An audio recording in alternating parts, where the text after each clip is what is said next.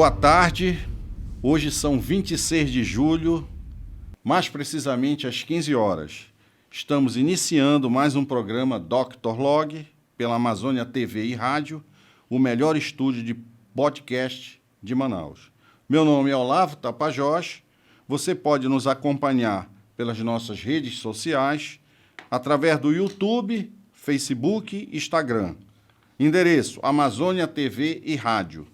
Ou pelo nosso telefone 55 929 9286 4484.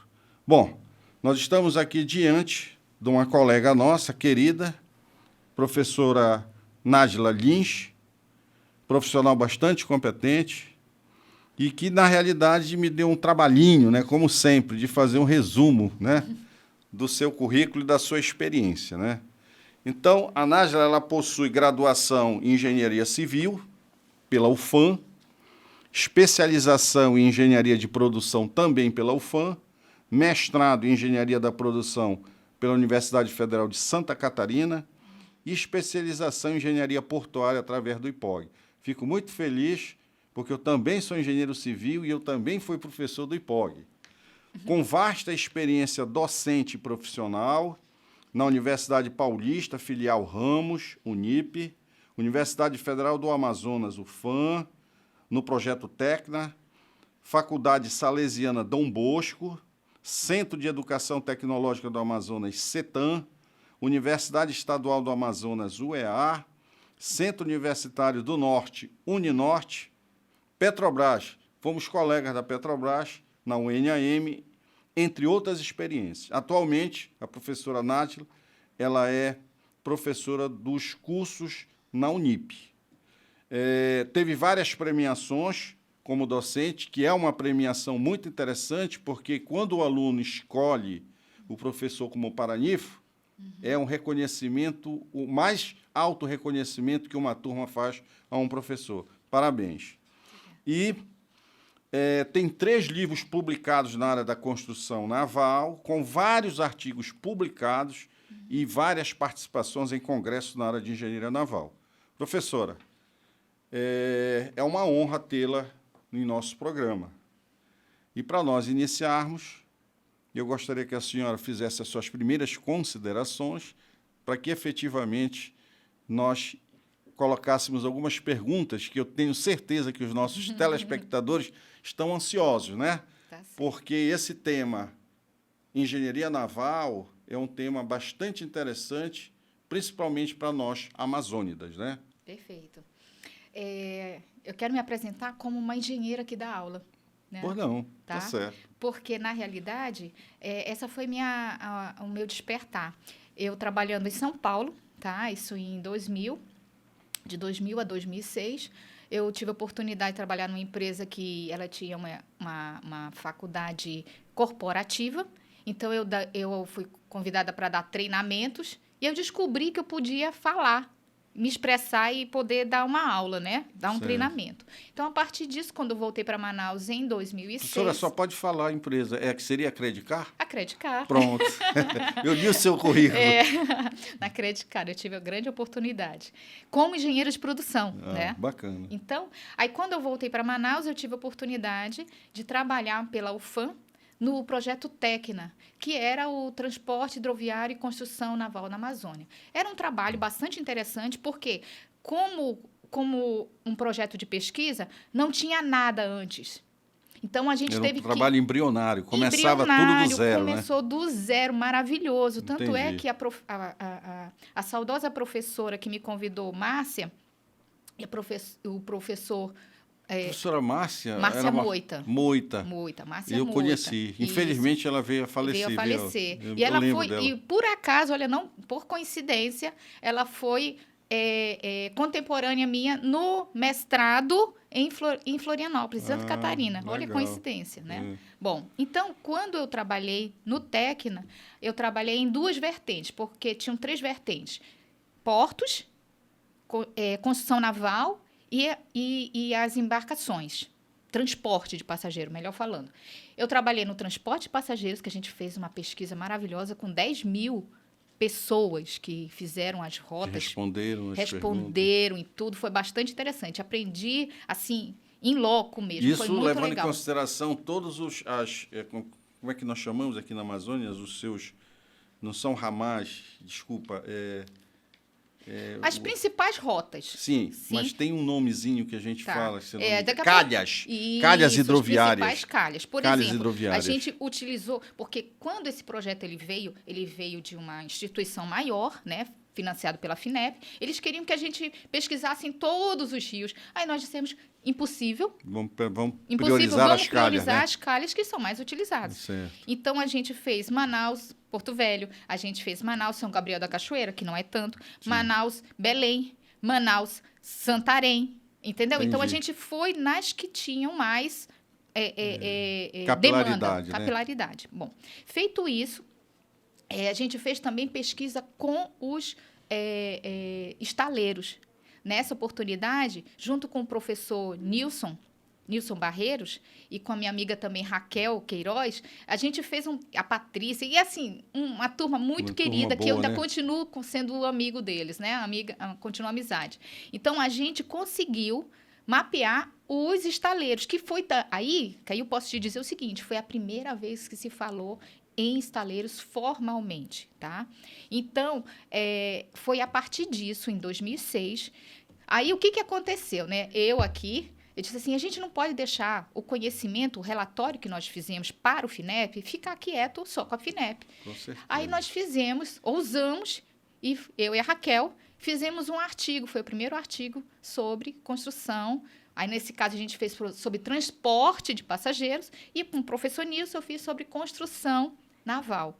Então, a gente fez num congresso que se chama COP Naval, que é Congresso Pan-Americano de Engenharia Naval, que em 2007, ele ocorreu em São Paulo.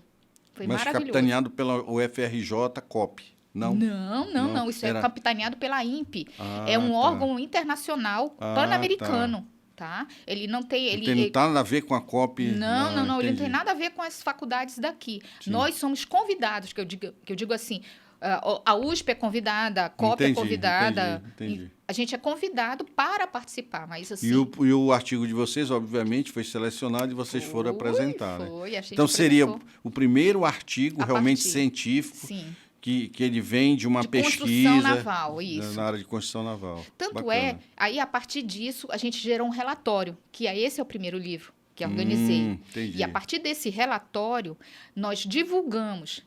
E aí, o senhor conhece a Etelvina Garcia, Sim, que ela sim. é uma escritora Uma bastante escritora conhecida e tudo. conhecida. Então, ela teve um trabalho que ela teve que fazer sobre navegação. Não, construção naval. Foi solicitado pelo órgão do governo estadual para ela fazer. Aí ela pegou esse livro Se utilizou como dessa referência. obra como Olha referência. isso. Interessante. Então, E ela é uma pessoa formadora de opinião. Ela é uma pesquisadora histórica. Isso. Né? Então, E assim, o aval dela pegar a informação e colocar no material dela, para mim, ou para a nossa equipe, né, foi dizer assim, ok, tá foi atestado. uma certificação. Né? Certificação de que o trabalho é correto. Teve uma lógica, Entendi. por mais que fosse embrionário, por mais que fosse simples, né? Mas a gente Entendi. pesquisou Manaus, Parintins e Novairão. Entendi. E São Sebastião da Tumã também. Entendi. Ok. Professora, então vamos iniciar. Vocês estão vendo aí o Ai, conhecimento meu da Deus do céu. professora. Qual a definição mais apropriada para traduzir a importância do curso de engenharia naval? Olha, eu pegaria o seguinte, o que é engenharia? O que é engenharia? Nós que somos Sim. engenheiros, né? O que é engenharia? É a capacidade de buscar soluções, tá? Então, o que é engenharia naval? Engenharia naval é a gente buscar soluções na área que é fluida. Então, seria um rio, seria uma lagoa, seria um mar, seria um oceano. Então, parte do princípio que a gente tem que buscar soluções para isso, tá? Então, quando é que foi a primeira solução? Quando é que foi a primeira solução? A primeira solução foi quando o homem viu uma tora de madeira Flutuando. flutuando, e ele disse, opa, é possível. Então, a partir disso, Vamos cavar. vamos cavar, vamos fazer diferente, vamos fazer uma jangada, vamos juntar várias. Então, a partir disso, porque quando os portugueses chegaram ao Brasil, quando Tomé de Souza chegou ao Brasil, lá 1549 especificamente, a gente já tinha uma equipe maravilhosa fazendo embarcação aqui. O Amazonas, que na época era Grão-Pará, Grão-Pará, província do Grão-Pará. província do Grão-Pará, a gente tinha os murás, se eu não me engano, alguém pode porque isso a gente vai lendo, né? Então, Sim, às vezes, a certo. gente não tem certeza se essa fonte é certa, mas assim, eles tinham flotilhas. Tu chegava aqui, era um monte de canoinha. Vem pra cá, que eu vou. Não entra aqui, não. Então, quer dizer, já Como existiam... defesa Como defesa, eles já do- tinham da província. flotilha. Quer dizer, várias canoas para defender aquele espaço do ribeirinho, né? Então, a engenharia naval nada mais é, eu acho que a gente tem que se colocar o seguinte, nada mais é do que fornecer conhecimento empírico, que já existe, para as pessoas que não têm esse conhecimento. E quererem, a partir dessa vontade de querer melhorar o mundo, então elas fazem o curso de engenharia para buscar soluções na área naval. Para mim, o curso de engenharia, ele é uma ferramenta. É uma ferramenta transformadora, né? Que você agrega tecnologia e faz com que vamos dizer assim, os processos sejam melhorados, aprimorizados, né? Para poder atender as necessidades da sociedade. Né? A pegada que eu quero te dizer é o seguinte, é porque, por exemplo, a engenharia naval do Amazonas é diferente da engenharia naval do Rio de Janeiro, que é diferente da engenharia naval de São Paulo, que é diferente do Pernambuco. Tu entendeu? Então, a gente tem que atender ao naval, ou melhor, da região. E para a gente seguir nessa linha. Por isso que eu estou pegando Eu entendi, pouco. Professora. Eu vou me permitir fazer um comentário que eu acho o seguinte. Nós não podemos desprezar o conhecimento empírico dos nativos e agregar tecnologia, mas nunca esquecendo que o caboclo amazônida, ele tem a sua expertise e ele tem o seu conhecimento, né? Um exemplo que não foi aqui na Amazônia, mas a senhora deve estar atenta para esse episódio que aconteceu, tentaram reproduzir a embarcação do descobrimento do Brasil na Bahia. E o que é que eles fizeram? Ora, se eles tentaram reproduzir, eles fizeram com a tecnologia moderna, tentando resgatar a embarcação do passado. E na hora dela navegar, ela foi um verdadeiro fiasco. Ela não conseguiu fazer o que há séculos e séculos passado, com a tecnologia vigente daquele momento, Sim. se atravessava continente. Isso. E ela foi um verdadeiro fiasco. Então, com isso a gente tem claramente que nós não podemos desprezar o conhecimento, que é o conhecimento dos nativos, que não são certificados, que não passam pelas universidades, mas eles são extremamente importantes. E na nossa região aqui, isso fica bem claro.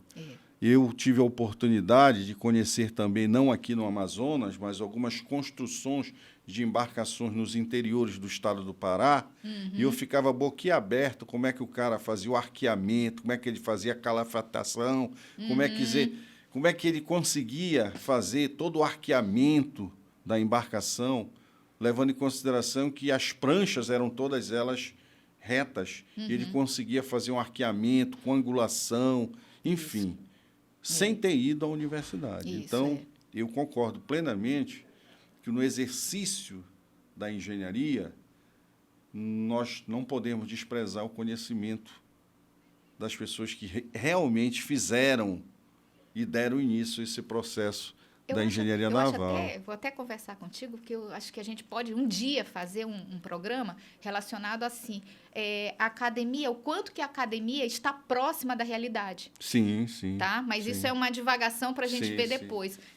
E nesse contexto, quando tu colocas essa situação, a gente vê claramente que a gente está despojado do que algumas pessoas não conseguem, com as suas arrogâncias e prepotência das certificações, elas acham que sabem tudo. E eu costumo dizer com muita clareza que um doutor e um mestre sabem muito de pouca coisa e que eles precisam, tá certo? Vamos dizer assim, de outros conhecimentos para poder realmente realizar os seus grandes projetos. Professora, ainda evoluindo, eu queria saber o seguinte: quais os principais objetivos do curso de engenharia naval? Olha, o curso de engenharia naval, tá? Ele tem... eu faço parte já, desde quando eu comecei, em 2006, eu sou uma pessoa que eu procuro entrar em vários setores. Então, a Federação da Indústria, por meio do seu Flávio Dutra, também saudoso, conheci me convidou para trabalhar lá como participante de uma comissão. Bom, participei. Então, o que aconteceu? Eu ia nas reuniões, o sindicato ele pedia para que as pessoas, para que houvesse as universidades, colocassem profissionais no setor, tá?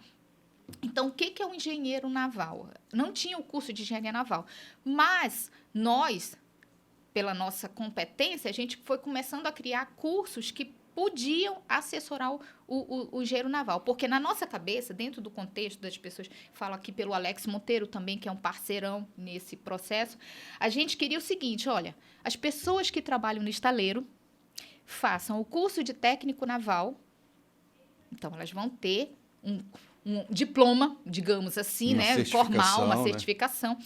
A partir disso, elas vão querer fazer um curso de tecnologia, elas vão aumentar um pouco, e depois elas se tornam, dentro da sua necessidade, vão se tornar engenheiros navais.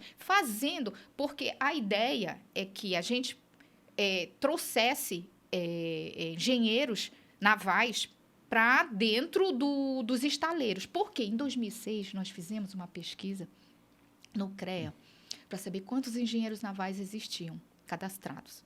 6. Para o estado do Amazonas, né? Para todo o estado do Amazonas. Imagina, mais de 50 mil embarcações. Isso aí é totalmente incipiente. Não tinha... Não existia. É melhor dizer que não existia engenheiro naval. Hoje nós temos... Peguei aí com o CREA, porque eu faço parte do grupo do CREA, do grupo de trabalho do CREA da Construção Naval, aí perguntei do Sérgio, meu querido, Sérgio, me passa aí atualizado de ontem, né? Assim, agora de julho de 2022. Aí ele falou assim, olha, nós temos entre engenheiros e tecnólogos, porque a gente tem uma equipe muito grande de tecnólogos daqui de Manaus, de Tefé e de Novairão, que a gente conseguiu, e da FATEC Jaú, que é de São Paulo. Então, a gente tem, somando com os engenheiros daqui, já da Engenharia Naval, da UEA, nós já temos em torno de mais de 300. Pô, então, já tem uma massa crítica, já né? tem uma massa crítica. Não é ainda suficiente, mas já é um grande desenvolvimento. Justamente. Passar de 6 para 300, né? E eu só não peguei o número de técnicos, porque os técnicos não estão mais sob a conduta, não estão mais abaixo do CREA. Eles estão numa outra situação. Então, eu não tive esse número atualizado, tá bom? Mas dentro do livro tem escrito aí Ok. Tá certo, professora. Então, seria, só para finalizar, é para colocar... o curso de engenharia naval é para prover profissionais que já estão no setor ou que queiram entrar no setor. Ok. E aí a gente vê claramente que, com as suas brilhantes colocações, que a gente tem uma certa sintonia, né? Eu tenho técnico, eu tenho tecnólogo e eu tenho bacharelado da área de engenharia. Quer dizer, você tem a cadeia, né? Sendo desenhada. Isso. E, obviamente... E o ideal era que nós tivéssemos especializações lato sensu e stricto sensu, dando continuidade à carreira do profissional da engenharia naval, né? Quer dizer, você sairia de técnico e chegaria a ser um doutor no alinhamento na carreira de engenharia naval, né? Falando de logística, né? A gente sabe que a área naval, ela tem 3 vertentes, que seria, vamos pensar, a embarcação, então, engenheiro naval, tá? Então, a gente tem embarcação, a gente tem a parte de utilização da embarcação, então, vem aí o armador, os tripulantes, tá? E a gente tem a área portuária.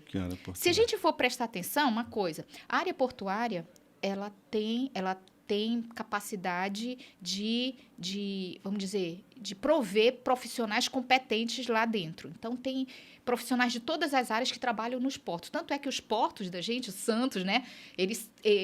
Os portos do Brasil, eles têm profissionais com alto conhecimento. Então, portos, a gente está, entre aspas, eu posso dizer que a gente está ok. A parte de tripulação, de movimentação das embarcações, a gente tem um parceiraço que é a Marinha do Brasil. Então, ela credencia as pessoas todas. O que estava faltando dos estaleiros, que é o que nós estamos tentando chegar um pouco próximo a eles, entendeu? Nesse sentido. E numa condição extremamente favorável, né? Porque nós temos aqui a maior bacia hidrográfica do planeta e, teoricamente, se nós tivéssemos que alinhar esse pré-requisito, talvez o maior avanço da engenharia naval deveria ser aqui, né? Deveria ser aqui, né? Deveria ser.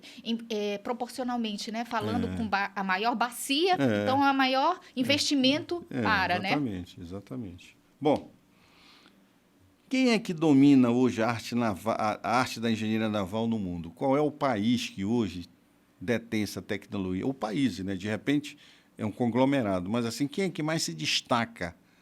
Olha, mundialmente? Eu fui fazer, né, uma pesquisa assim. Existe um instituto que se chama Clarksons, tá? Ele é lá da Inglaterra. Então, ele que define as demandas. Porque o que acontece? Quem hoje está na bola da vez, que eu posso te dizer? Coreia do Sul. Coreia do Sul. Tá bom? Mas, aí eu peguei aqui, só para atualizar, então, por exemplo, se eu pegar a Europa, a demanda da Europa, a demanda da China, Japão e Estados Unidos, todos eles pegam 65% de toda a solicitação dentro dos estaleiros para poder fazer embarcação, para fazer manutenção. Quer dizer, a Coreia absorve dessas demandas 65%. Isso. Está na mão da Coreia. Tá na Coreia do Sul, né? 65%. Pois é. 35% está para o resto do mundo. Sabe quanto está no nosso Brasil? 2%, 3%? Não, 1,5%. Mas esses dados...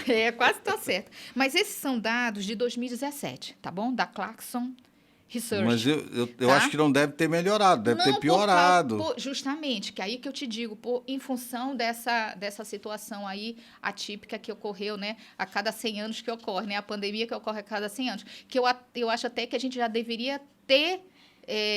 visto que isso ia acontecer, tomar as previsões. Que era cíclico, né? Porque, né? Vamos lá, né? Vamos, da próxima da vez a gente não errar. Da mesma forma, os eventos econômicos acontecem de 50 em 50 anos. Parece ser uma coisa cíclica. Por que a gente se deixa, né? Se deixa levar. Mas por isso, de novo, por que a academia não se antevê? Agora é interessante, né? Nós temos aproximadamente 8 mil quilômetros de costa. Isso. Vamos assim, com o Oceano Atlântico.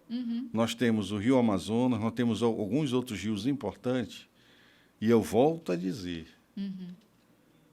eu não tenho... aliás, eu tenho certeza absoluta que nós teríamos, teoricamente, por estar nesta contextualização, muito mais interesses de resolver os problemas navais do que a Coreia do Sul. Sim. E aí, são essas coisas que, às vezes, a gente tem que pensar com bastante cuidado, né? E eu lembro de uns 30 anos atrás, onde a Coreia ainda era tida como um país em desenvolvimento, e houve uma mudança muito drástica em termos de progresso da Coreia do Sul, porque ela investiu em educação. Isso. E aí veja que, se o Brasil tivesse feito o dever de casa correto, talvez hoje nós tivéssemos até 50% da Coreia e 50% do Brasil, dominando a engenharia naval no mundo. Por quê? Porque nós temos o quê? Nós temos os atributos pré-requisitos. Nós temos 8 mil quilômetros de costa e alguns outros quilômetros de rios considerados internos, né? Quer dizer, navegação interna. Né? Mas, infelizmente, o que a gente vê é os nossos indicadores cada vez piorarem mais e alguns países muito menores, mas que acreditaram que a educação e a saúde preventiva fazem uma revolução social fantástica, aqueles que fizeram, hoje pode-se perceber claramente que eles estão em posições econômicas completamente diferentes e de tecnologia, de expertise e de know-how. Sim. Mas, infelizmente... né? Se a gente fizer um paralelo, né, fazer assim uma analogia, a Embrapa, desculpa aí, mas ela investiu. Então, hoje, nós estamos colhendo os louros desse investimento. É verdade. No programa passado, Né? nós falamos sobre o parque tecnológico, para quem não lembra. E um dos exemplos que o professor Delzamir Pereira falou, que o maior parque tecnológico de céu aberto do mundo está exatamente na mão da Embrapa, que fez uma revolução no agronegócio brasileiro, Sim. onde nos colocou numa posição privilegiada com a agricultura tecnológica extremamente avançada. A nossa produção por hectare ela é diferenciada no mundo. Sim. E aí eu pergunto, se nós olharmos, mesmo sendo o agronegócio commodity, mas tem tecnologia e tem avanço e tem como se destacar Isso. perante o mundo. E aí a gente acaba perdendo essas oportunidades, né? Porque às vezes você não consegue ser tão bom naquilo que você pretende ser, porque você não tem os pré-requisitos ao seu alcance. Sim. Né? E um dos grandes exemplos disso é que como é que os Estados Unidos conseguiu, numa área pantanosa, desértica, construir um império de entretenimento com os parques temáticos, Isso. onde eles conseguem reproduzir partes do mundo com uma precisão muito semelhante ao que acontece onde Deus, através da natureza, desenhou. Né? Sim. E eu não consigo entender isso. Isso. Quer dizer, nós estamos deitados em cima de uma marca até mais importante do que a Coca-Cola, que é a Amazônia, e não sabemos aproveitar para poder trazer isso como resultados expressivos para a sociedade, né? Em termos de geração de renda, geração de emprego, tecnologia desenvolvida. Né? Sim. Bom, professora, dando continuidade, quais seriam os estados brasileiros que possuem hoje o curso de engenharia naval? Isso é uma curiosidade, eu tenho certeza tá.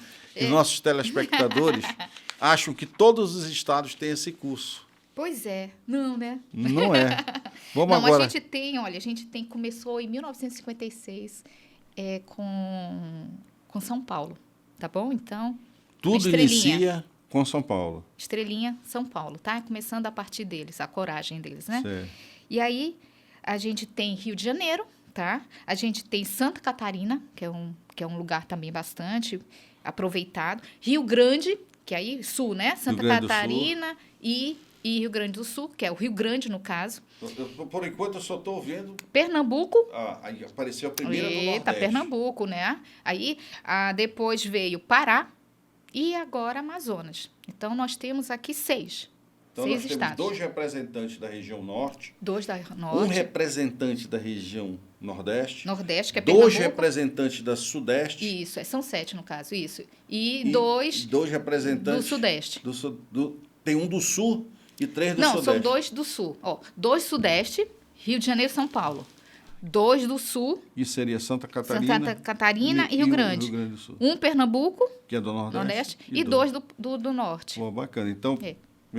meus amigos telespectadores, vocês estão vendo o quanto, de certa forma, ainda proporcionalmente, a Amazônia, que é esquecida, pelo menos nós tivemos a visão de ter o curso de engenharia naval. Até Isso. porque, se nós pensarmos, principalmente o estado do Amazonas, a vocação do transporte é o transporte hidroviário, né? Isso. Então, caberia, como cabe, nós termos realmente um curso de engenharia naval aqui. Mas outras perguntas virão para a gente saber qual vai ser o estado da arte Tá. desse desenvolvimento, né? Então, no caso específico, na sua perspectiva, na sua ótica, qual seria o melhor curso ranqueado de engenharia naval no Brasil? Tá. Eu vou dar 2 sugestões. Assim, eu estou arriscando, eu não sou da área. Seria a UFRJ cópia USP ou, nesse contexto das 7, eu me equivoquei? Eu colocaria o seguinte, né? Eu acho que porque quando a gente faz os indicadores, esses indicadores, eles têm que atender uma necessidade, tá? Assim, um indicador... Então, quando a gente diz o que é o melhor, tá? Então, eu colocaria como melhor mesmo São Paulo. São Paulo. Seria a USP. Seria a USP. Por quê? Dentro do contexto de início, de efetividade, então, eles foram os primeiros, mas eles continuam sendo os melhores, os precursores, e continuam tendo esse nível de qualidade alto, tá bom? E, assim, por que eu coloco eles como... Porque todos os lugares que eu vou, quando eu vou, assim, congresso internacional, eles se destacam internacionalmente. Nacionalmente, fica USP e Rio de Janeiro, tá bom? COP, Sim. tá bom? Mas aí, quando eu digo assim, o melhor no contexto que atende à necessidade, a gente teria que verificar realmente se continua atendendo à necessidade, porque vai naquela linha do nossa conversa, do início da conversa. A gente está atendendo a demanda que é a que está construindo, a gente está fazendo as coisas que são necessárias para os armadores, para os estaleiros, porque, às vezes, aí eu vou te dizer, né? A minha preocupação é porque, às vezes, a gente escreve artigo para fora. Eu queria que o meu sonho é que a gente ficasse bem na foto para dentro. Entendi. É nesse sentido. Então, o meu melhor é eu conseguir atender a necessidade da pessoa que faz uma embarcação ali. Vou dar um exemplo para ti. Muito claro, assim, dentro do contexto nosso amazônico. Nós temos as lanchas rápidas. Lanchas rápidas, o que elas fizeram efetivamente de uma mudança, né? De paradigma, mudança de paradigma. Nós tínhamos as embarcações que levavam cargas e pessoas. Tinha um tempo demorado de deslocamento. A lancha rápida, ela veio trazer rapidez. Só que ela não leva mais carga, ela leva bagagem. Leva pessoas e bagagem, tá? Só que até hoje, nenhuma faculdade, que eu digo, nenhum aluno, não sei se tem, né? Aí eu estou dentro do meu pouco conhecimento, ainda não houve estudo para saber. E se ocorrer um sinistro, um acidente com uma embarcação dessa, o que ocorre? Será que todos vão morrer? Porque o que fez? A técnica fez com que as pessoas que constroem um casco para navegar a longa distância fizessem o mesmo casco para navegar a curta distância, com a possibilidade desse impacto.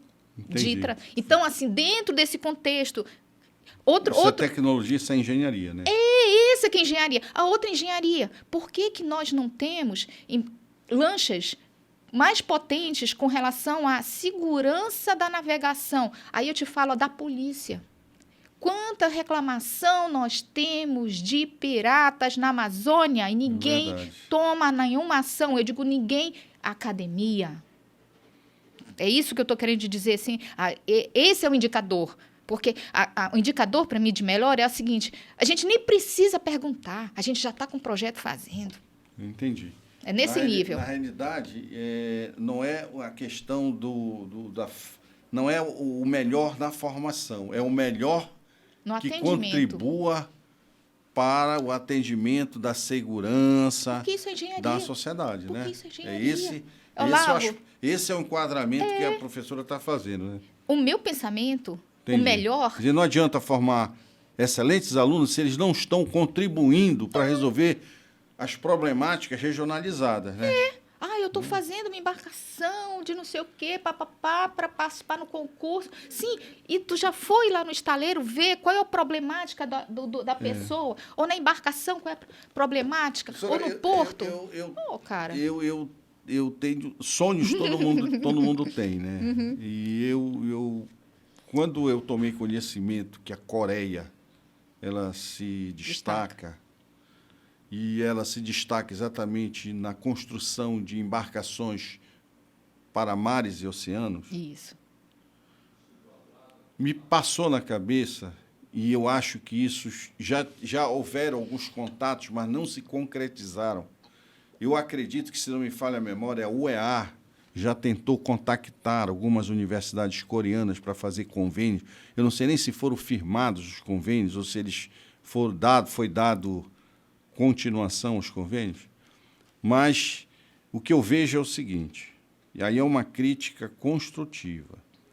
Ao mesmo tempo que eu fiz um elogio à expertise do Caboclo Amazônida, se nós tivermos realmente a clareza e a coragem de entender dessa forma, as nossas embarcações amazônicas, de uma forma geral, elas continuam sendo medievais. Sim. Ou seja, elas ainda estão com toda a tecnologia do início das pessoas que não tinham certificação. Sim. Nós precisamos dar um upgrade. Então, o que é que eu se fosse tomador de decisão, e aí eu faço um chamamento aí ao meu ex-aluno, conforme ele me identificou, o novo reitor da UEA, que ativasse esse convênio com as principais universidades coreanas para que os engenheiros coreanos viessem aqui instrumentalizar os engenheiros navais amazônidas para que houvesse esse upgrade com relação a redesenhar as nossas embarcações, levando em consideração ainda a questão das peculiaridades do passado, mas trazendo ela para uma modernidade onde nós pudéssemos avançar em termos de velocidade, garantindo sempre o critério Segurança. da segurança. É. E Isso seria fundamental. a questão até da própria energia. Pô, por que a gente aqui no Amazonas, a gente ainda não absorve tanto a energia solar? Exatamente. Entendeu? Então, tem um monte de coisas que a gente tem, que muita pode coisa fazer. que pode ser mudada, né? É, Mas que para pode isso, ser melhorada. a gente tem que aproximar aquele que se destaca no mundo naquele que tem um potencial que a natureza nos deu, né? É. Então, eu acho aí, se o reitor um dia escutar a nossa, Ai, tomara que a sim, nossa né? entrevista, a nossa conversa, o nosso bate-papo, ele vai entender perfeitamente que esse talvez seja um grande diferencial para a gestão dele. Isso. Fazer uma revolução na engenharia naval, que nós Isso. estamos precisando realmente disso, de unir uma tecnologia que até certo ponto foi útil, mas que precisa de uma modernização. Né? Hoje, por exemplo, eu tenho o prazer de andar no New Beetle 2008, um carro que não é brasileiro, que é considerado o novo Fusca, que ele é completamente diferente do Fusca que eu tive como o primeiro carro. Olha, entendi. Mas ele não deixa de ser um Fusca. Sim. Entendeu? Então, o que é que houve? Houve um avanço de tecnologia. Com certeza. O seu design, a sua aparência, ela permanece a mesma. Quer dizer, quem gosta de Fusca vai continuar gostando do Fusca, mesmo com o upgrade, com a modernização. Com É certeza. isso que eu gostaria de ver, nesse exemplo simplista. Eu comparo os Fuscas do passado, que são úteis, que ainda rodam, que ainda dão prazer àquelas pessoas que dirigem, com os Fuscas modernos, Sim. que, de certa forma, tem toda uma tecnologia, né? Completamente Tu falaste diferente. de sonho, né, Olavo? Talvez eu mude aí até um pouquinho o nosso script, mas assim, um sonho que eu tenho é que a gente possa utilizar melhor esse rio aí que tem na frente, né? O Rio Negro, né? E a gente poder fazer um deslocamento de pessoas, ao invés de só utilizarem ônibus e carro, Aí, Bom, mano, então- é uma coisa que então pra vamos mim lá. tá... Esse é um sonho, Não eu gostaria. estava combinado, não estava no script, nós vamos falar de engenharia naval, mas, obviamente, ao Oh. falar de engenharia naval, nós precisamos pensar Uhum. no transporte coletivo de massa fluvial, que é o que você está Sim, falando. justamente. E, ao mesmo tempo, quando você fala de portos, nós transformarmos estações hidroviárias que tenham segurança e conforto para que nós pudéssemos movimentar parte da população manauara através de duas linhas tradicionais. Tarumã-Açu ao centro, Sim, Buraquequara Quara ao ao centro, centro, com isso. várias estações. Então, você Perfeito. teria essa rota, duas rotas, ida e volta. Uhum. E aí, o que é que aconteceria? Todas aquelas pessoas que moram no entorno da beira do continente, né? Uhum.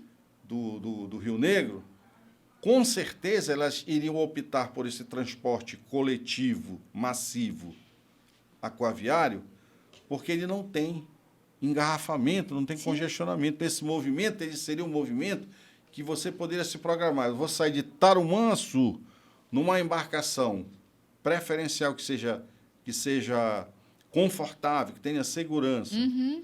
que tenha uma configuração de um catamarã por causa dos banzeiros, Sim. com 25 minutos, você estaria no centro da cidade. É. Isso é engenharia naval? Claro que é engenharia naval. Entendeu? Isso é engenharia naval. Exatamente. E a gente tem aqui agora, detalhe, nesse aspecto, aí eu tenho que, mesmo sendo paraense, morando alguns anos aqui no estado do Amazonas, eu tenho que dar meu braço a torcer, porque nós já tivemos duas linhas de transporte fluvial, hidroviário, na cidade de Belém. Sim. Duas.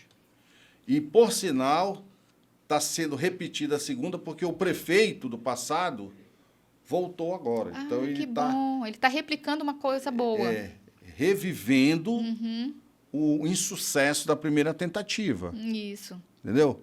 Então, as questões que sempre esbarram-se é o seguinte, é no custo da passagem. Ora, se até então, teoricamente, se dá soluções de subsídio, que não é o correto, não é a minha solução, para o transporte massivo rodoviário, por que não se dá para o fluvial? Pois é. Agora, existem outras soluções para baratear o custo.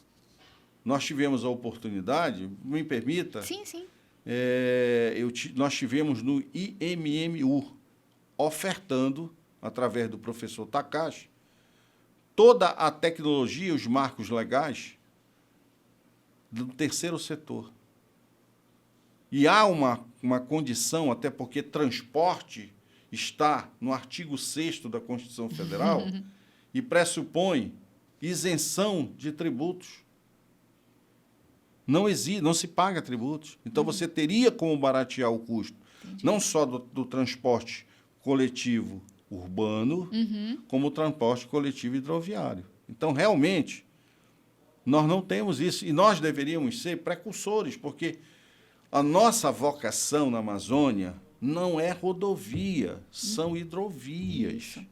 E nós não temos, realmente, a academia respondendo às nossas ansiedades e problemáticas, né? Isso é. Infelizmente. Isso é uma crítica que ela é construtiva. Sim, é Mas como nós se fosse, precisamos- vamos fazer? Não é para dizer assim, ai, que chato. Não, vamos fazer. Vamos fazer. Tem oportunidade de Temos negócio, oportunidade. janela de oportunidade, né? A gente, Exatamente. não falta isso pra gente. Exatamente. Ok. Eu estou achando interessante e eu também estou Desculpa, achando... estamos mudando aí, né, a nossa pauta. Mas o que nós estamos... O mais importante é o seguinte. Falar de logística, falar de engenharia naval, falar de qualquer outra engenharia, nós sempre vamos ter que estar relacionando as coisas. Elas não Sim. são estanques, né? Isso é.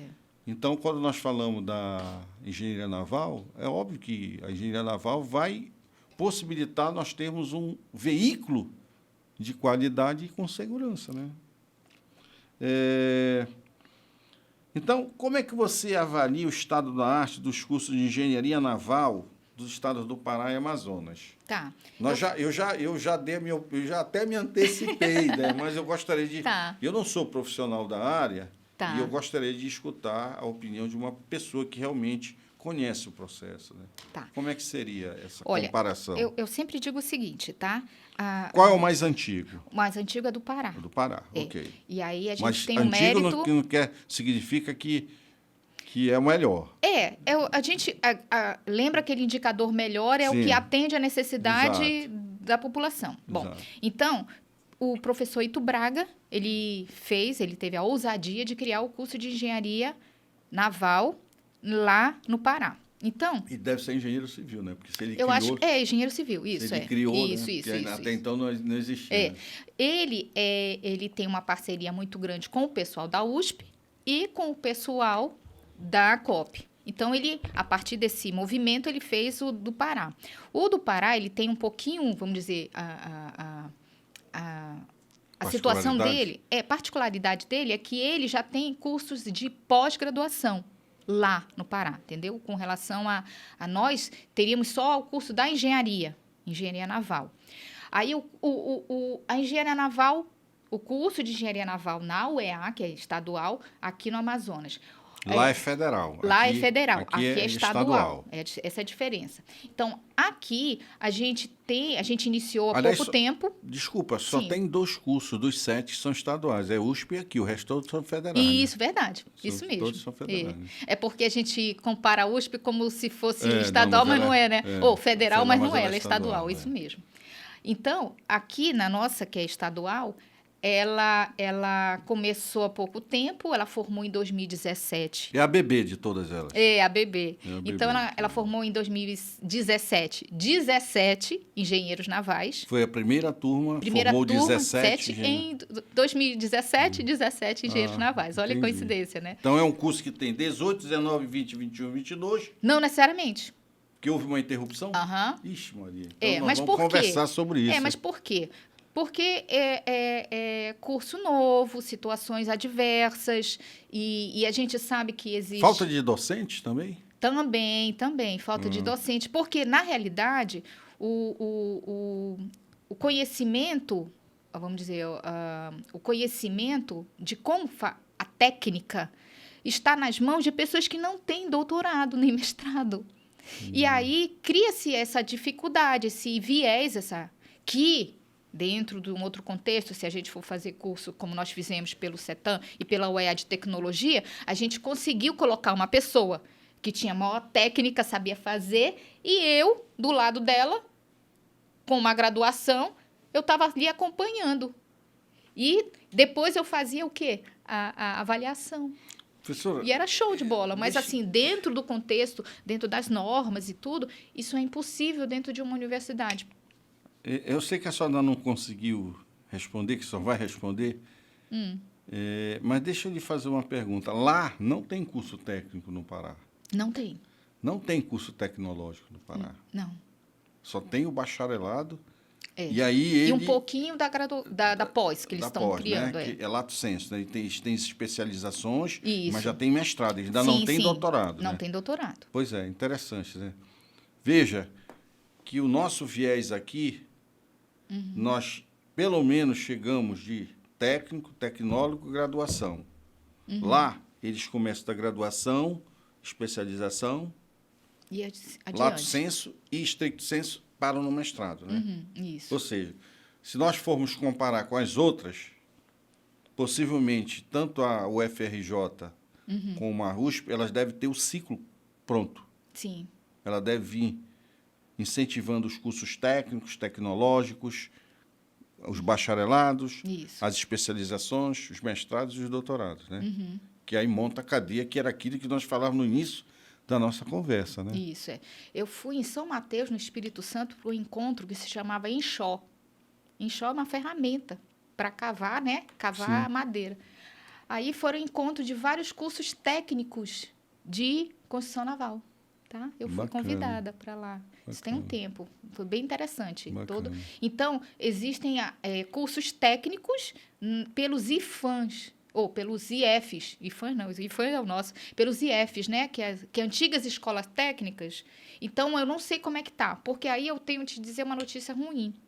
que, infelizmente, a gente está parado aqui, nosso curso técnico, que era ofertado pelo CETAM, e também está parado o nosso curso de tecnologia da construção naval, que é ofertado pela UEA. Então, a gente está parado. Nós tivemos o melhor momento, assim, o boom, né, maravilhoso, foi em 2014, 2015, que a gente tinha curso técnico ofertando, e a gente tinha tecnólogo e iniciando engenharia naval. E isso que, na realidade, possibilitou aqueles 300, né? Isso e que nós estão faltando os técnicos que a senhora não teve condições de levantar. Eu tenho vários casos. Mas vamos imaginar, pelo menos deve ter, no mínimo, 50 técnicos aí.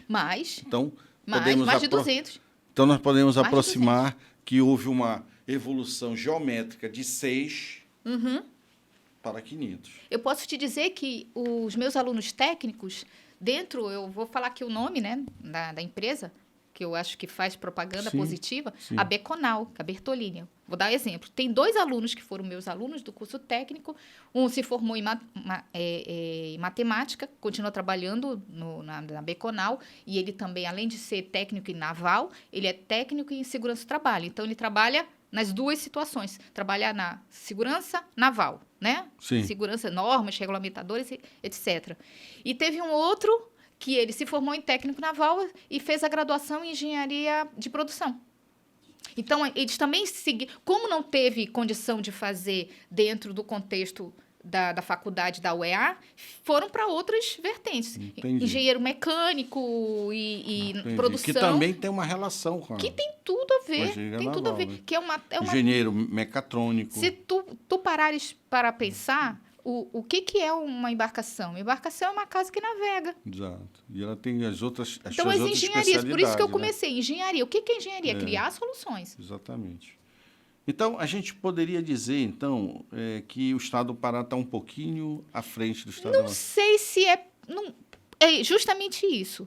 Será que eles atendem à necessidade? Eu teria que verificar. O que eu vejo que o Pará está melhor no contexto de atender as necessidades. Aí sim. Por quê? Porque eu conheço, por exemplo, como você mesmo me falou, lá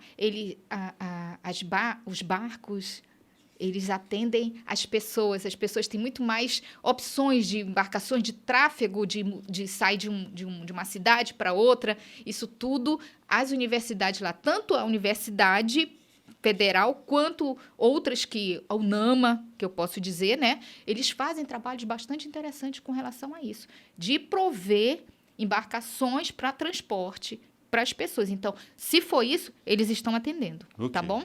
Tá bom. Nós não, ainda não. Ok. Estamos tentando. Nós falamos agora na questão da docência, né? E aí eu até antecipei uma pergunta.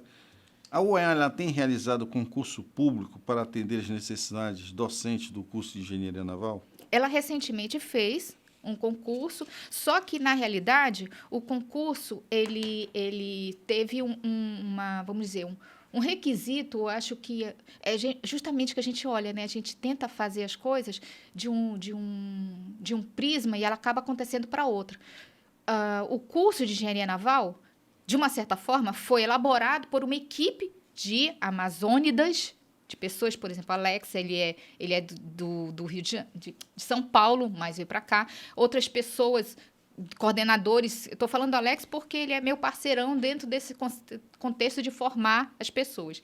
Então, a gente tinha criado, dentro do nosso contexto, do nosso pensamento, que a gente aproveitasse as pessoas que têm conhecimento da engenharia naval fluvial no Amazonas para trabalharem dentro de uma universidade. Só que houve, como qualquer concurso, foi aberto a outras pessoas. Infelizmente, as pessoas que vieram, acredito que elas não tenham essa sensibilidade.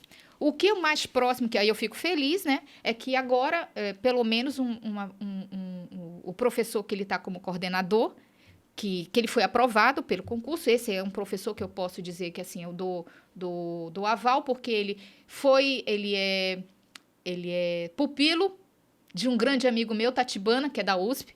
Ele trabalhou no setor naval, e ele é de Belém do Pará, e passou para cá, que é o professor Arlisson, muito competente. Mas ele fez o curso de engenharia naval na Universidade do Pará. No Pará.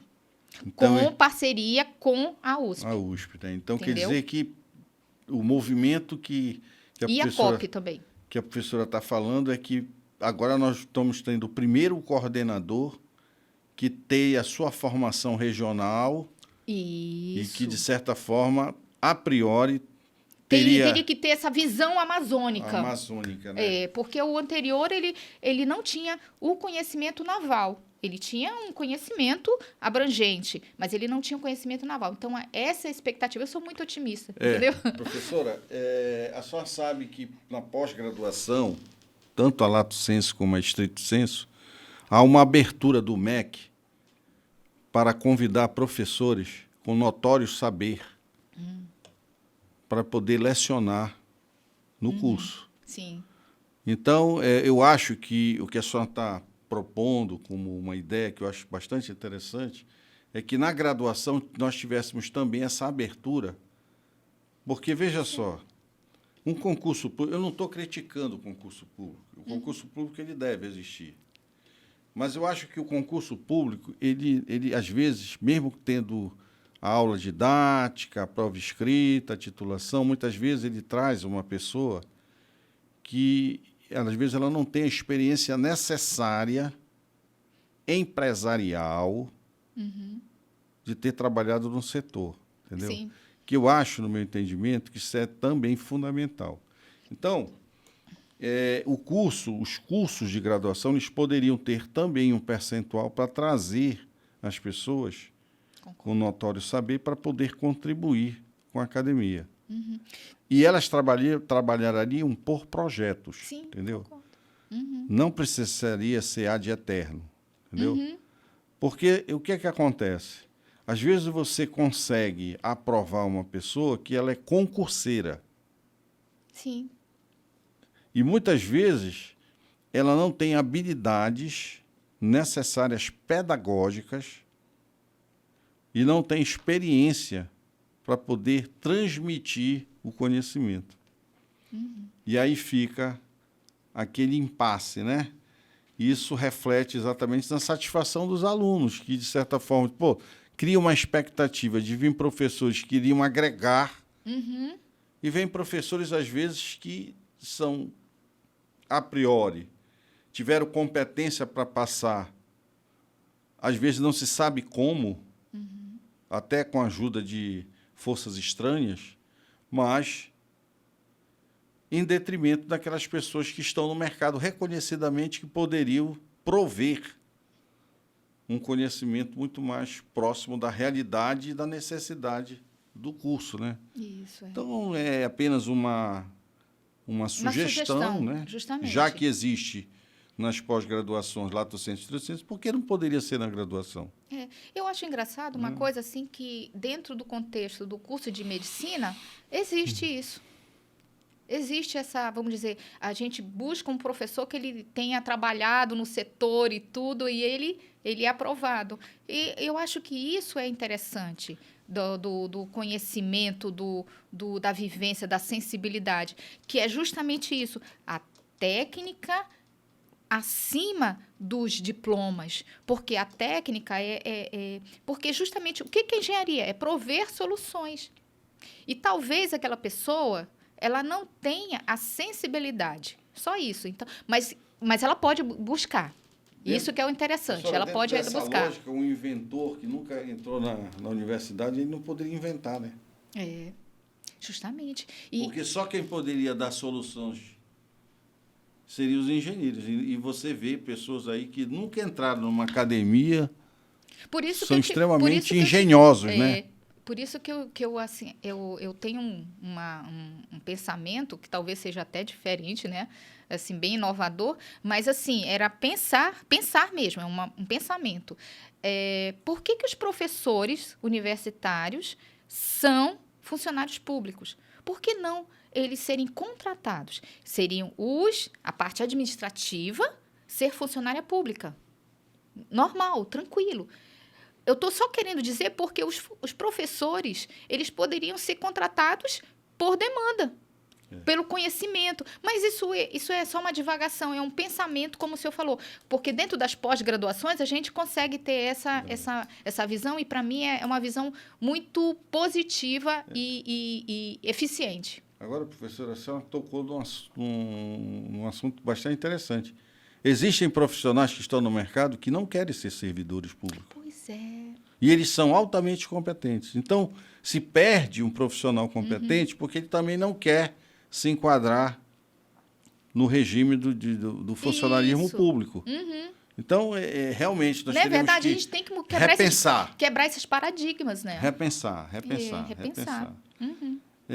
Nós estamos Fechando. caminhando, Isso, né? é Estamos verdade. caminhando, estamos evoluindo bastante. Eu tenho certeza que os nossos telespectadores estão gostando. Tomara. E agora, professora, eu queria que a senhora fizesse um breve resumo da sua atuação no mercado regional da engenharia naval. Tá, então vamos lá. O que eu sou, né? Eu sou uma engenheira que dá aula, olha isso. Já começa por aí, né? Eu sou uma engenheira que dá aula. Então, qual é a minha função dentro do contexto naval? Eu falo do contexto naval, contexto tá? naval. Eu sou porta-voz, tá? Então, o que eu faço? Dentro do contexto, eu entro, faço algumas imersões, e aí eu busco as necessidades e tento criar essa realidade. Então, por exemplo, livros, esses livros que eu fiz, foi justamente eu ir ver uma situação porque a pessoa que está trabalhando lá, ela não tem tempo de escrever, ela não tem tempo, então eu vou lá e juntamente com ela, a gente se torna o porta-voz, tá? Então, a outra, eu sou porta-voz, eu me coloco como porta-voz, e a outra é formadora de profissionais. O meu intento é isso. A minha vontade é formar profissionais aderentes à necessidade do nosso mercado. Professora, Essa é a minha... Dentro desse contexto, a senhora se considera uma intermediária entre a academia e o mercado? Sim. A senhora consegue fazer esse link? Sim. A senhora recomenda profissionais para as empresas privadas? A senhora incentiva que os profissionais competentes que estão na iniciativa privada se certifiquem? Sim. Quer dizer, esse é um dos seus trabalhos que a senhora... Eu acho que é a minha principal função. Pois é, já ia lhe dizer, que é uma coisa extremamente interessante, né? Que é uma lacuna. Já ia dizer, o que é que hoje acontece com a academia? A academia, por ter os seus doutores que sabem tudo e que não é verdade, o doutor sabe muito de pouca coisa, eu continuo dizendo, eles se afastam e o empresário, que é o empreendedor, muitas vezes também se afasta. Então, nós precisamos dos intermediadores que tenham o conhecimento acadêmico e que também tenham a visão empresarial para poder unir as partes. Sim. Então, eu acho que isso é fundamental. Isso aí eu até lhe parabenizo, porque esse é o grande problema, esse afastamento que muitas vezes, que me perdoe os dois segmentos que eu estou falando, de onde eu me incluo, né? É arrogância para um lado, arrogância para o outro. Quando, na realidade, a gente tem que ter humildade de convergir para resolver problemas. E a sociedade que será sempre a beneficiada pela solução. Eu vou te dar um exemplo de sucesso, tá? Quando nós criamos o falecido, saudoso Getúlio Machado, trabalhou no ERIM, engenheiro mecânico, fez várias empurradores no ERIM e tal. Na época que o ERIM tinha carreira 6 ali do lado da ponte. Então, ele super competente. E aí nós dois criamos o curso técnico naval. Ele conhecia todos dos estaleiros por aqui, tá? Então, o que a gente fazia no nosso curso técnico naval, que o CETAM, né, que ofereceu essa oportunidade? O que a gente fazia? Os nossos alunos tinham aula nos estaleiros. Entendeu? Era um curso por módulo, mas toda disciplina tinha aula no estaleiro.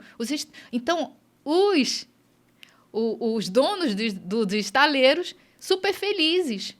De academia fazendo o papel dela. E a gente fazendo o nosso papel, os alunos felizes. Quer dizer, todo mundo feliz. Mas essa é a aproximação, professora, aqui. Tu entende? Foi muito legal. A mesma coisa aconteceu com tecnologia da construção naval. Um estaleiro aqui, vou falar o nome porque é importante a gente valorizar as coisas positivas, né? O Juruá, ele simplesmente aceitou mais de 15 Técnicos. estagiários de tecnologia, de Tefé, para fazerem estágio lá. Pô, bacana, né? 15, tu imagina, né? É, bacana. Então, assim, nós temos, e por isso que eu te digo, essa equipe que trabalha, a gente tem acesso.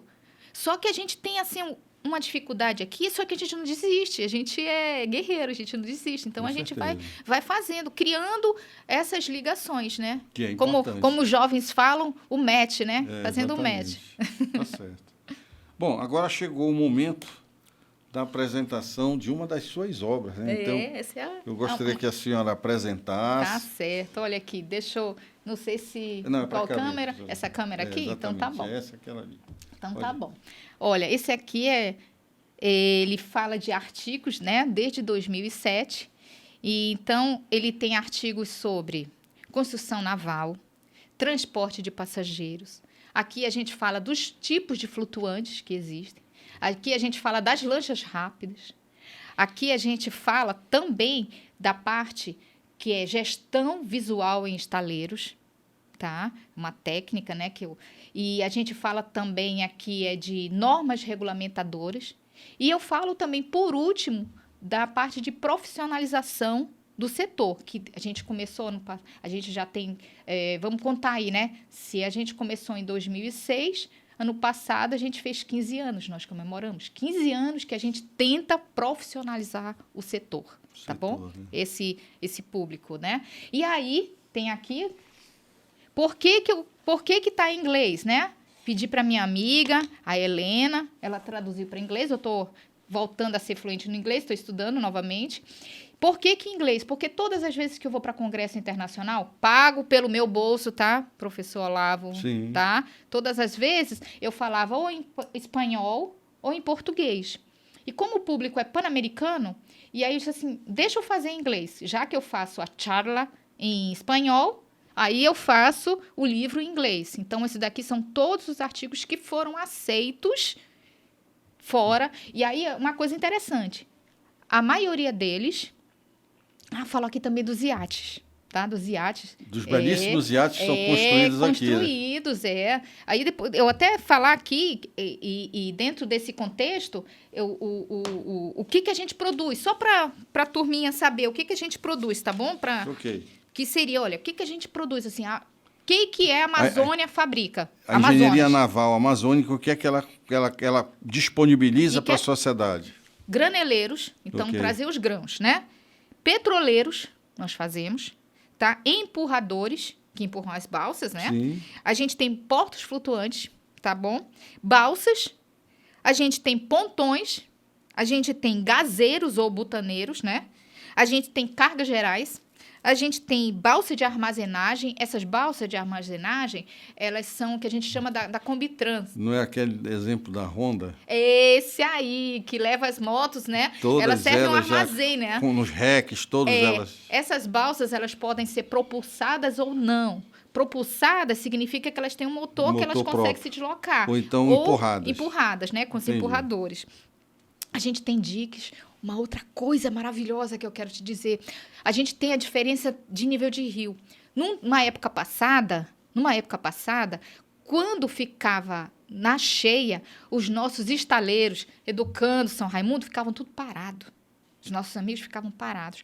Hoje, o que eles fizeram? Eles fabricaram os diques. Sobe e desce, sobe e desce. E aí, nos diques, construção... eles conseguem fazer os reparos e manutenções. Entendi. Olha aí, a nossa tecnologia entrando Sim. onde precisa, nos diques. Módulos portuários, tá bom? Que a gente tem. Iates.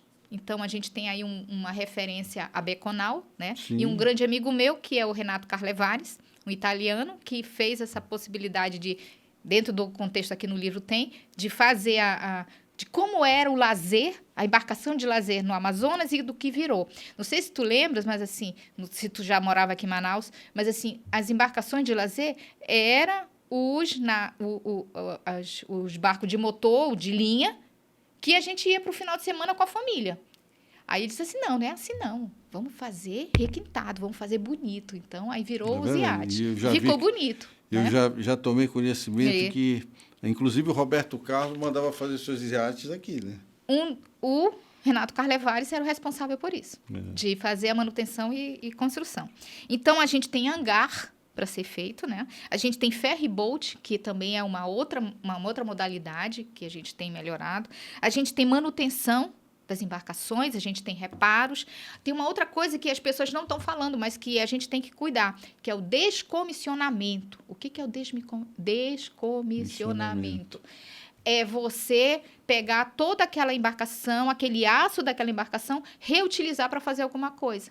Sabe o lixo? Sim, sim. E a gente transformar para alguma coisa. Logística reversa. Logística reversa dentro da naval. Engenharia naval. Tu entendeu? Entendi. E então, são coisas, milhares de coisas que a gente pode fazer. Agora, veja só, professora, e tudo. Os telespectadores não tinham noção, nem eu tinha essa noção da grandiosidade dos resultados da engenharia naval na Amazônia, né? Veja como um programa desse, onde um bate-papo desse, que na realidade não é bem uma entrevista, é um bate-papo, ele está trazendo uma série de informações para a sociedade, para os telespectadores, até me surpreendendo, porque realmente eu não conhecia.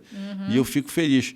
E pelo que eu estou entendendo, esse programa Dr. Log, ele vai me possibilitar de eu aumentar e muito os meus conhecimentos. Sim, né? sim. E aí, com aquela máxima que eu digo que o doutor sabe muito de pouca coisa, quem sabe eu posso aumentar o meu pouquinho que eu sei, né?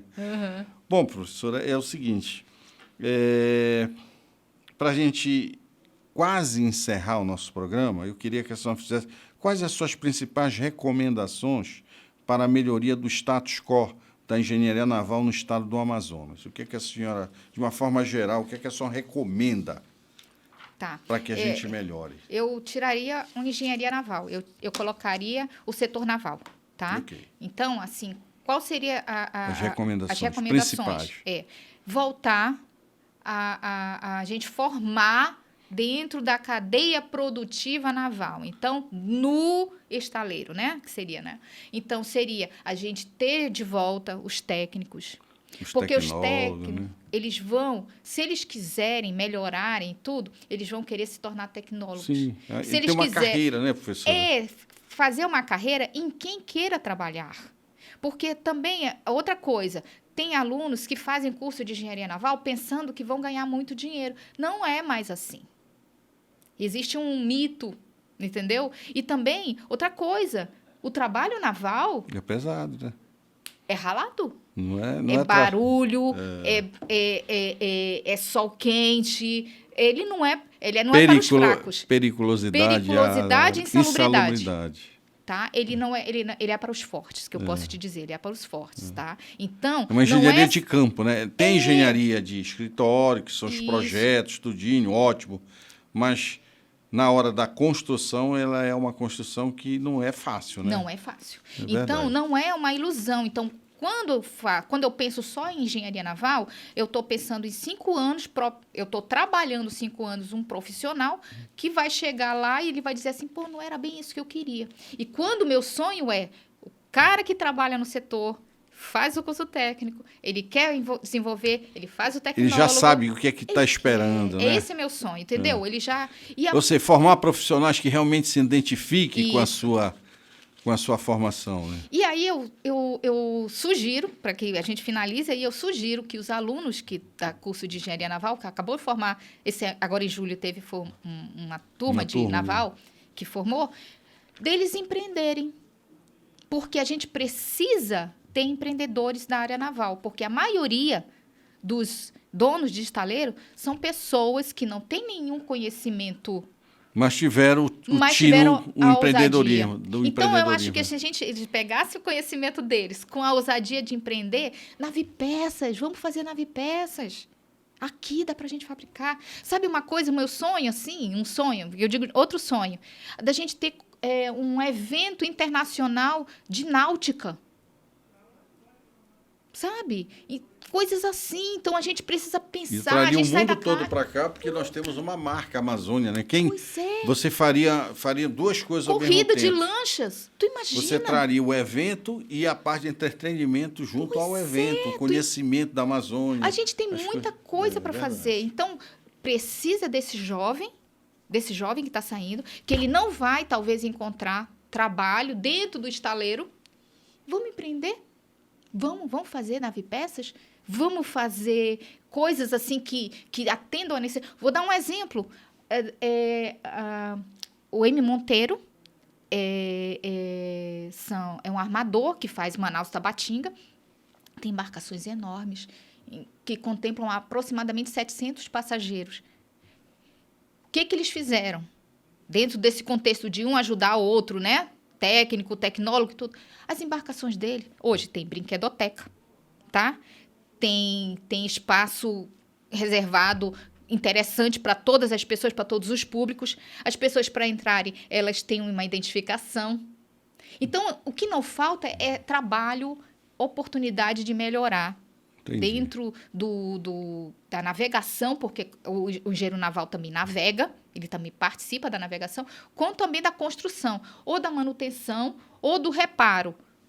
O que não falta é oportunidades. Né? O que não falta são oportunidades. É isso que eu queria, meu sonho. Tá Quem bom. sabe?